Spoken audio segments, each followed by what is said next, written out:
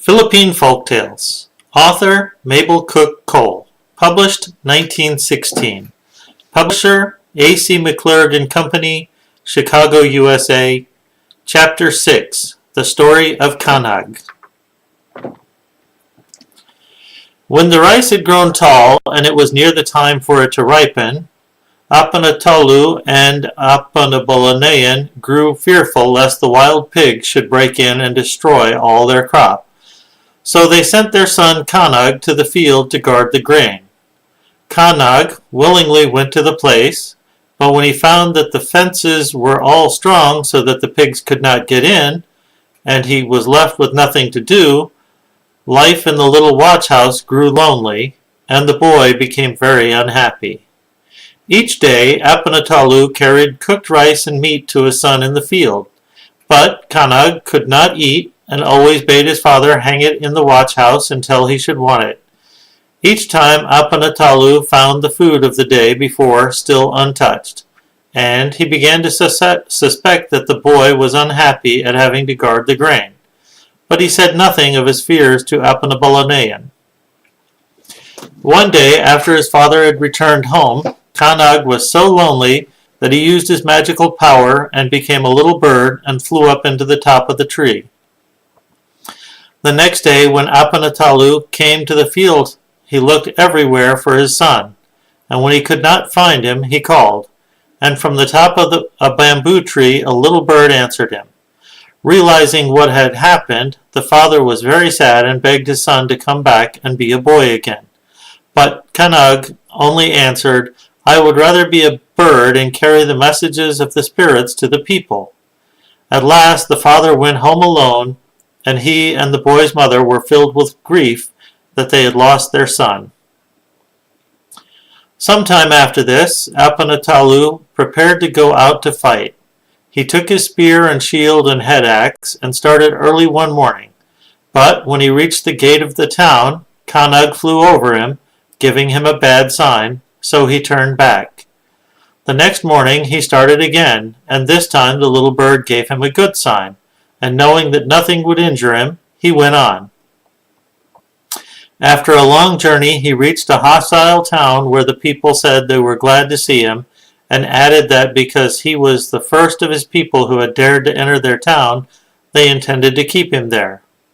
"Oh," said Apanatolu, "if you say that I cannot return home, call all your people together, and we will fight."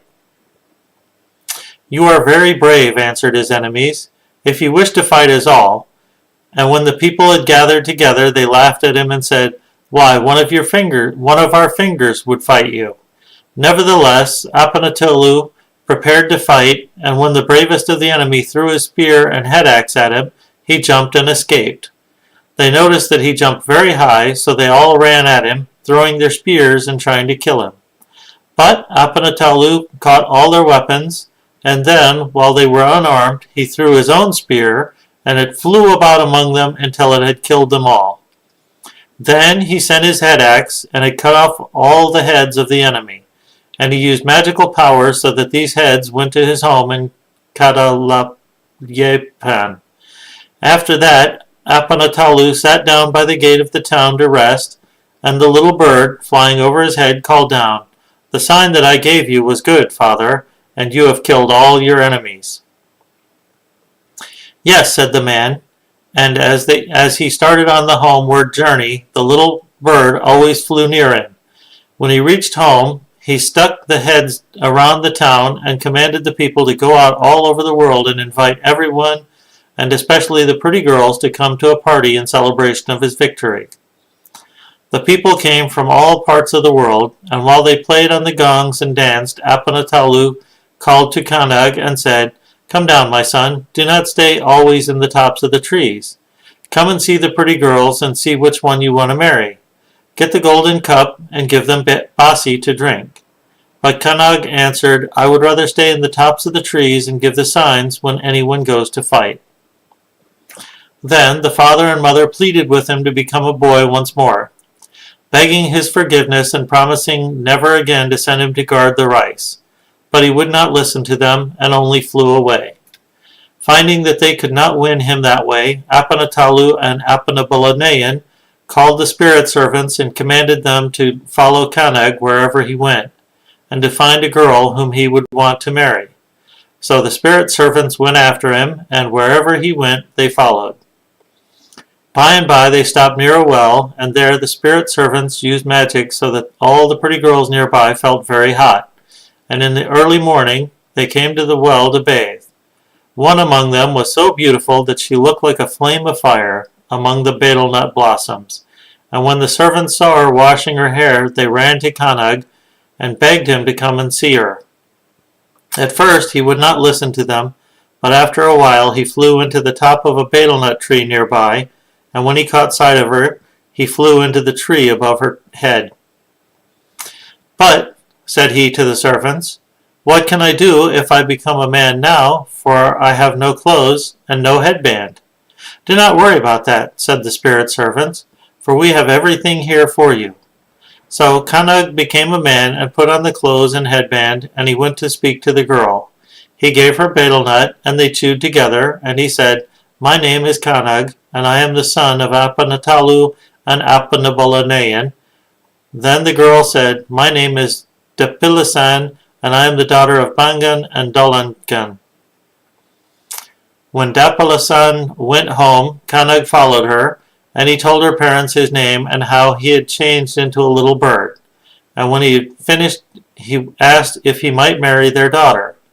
Bangan and his wife were greatly pleased that Kanag wanted Dapilisan for his wife, but they were afraid that his parents might object. So they sent a messenger to invite Apanatalu and Apanabalayan to come to visit them.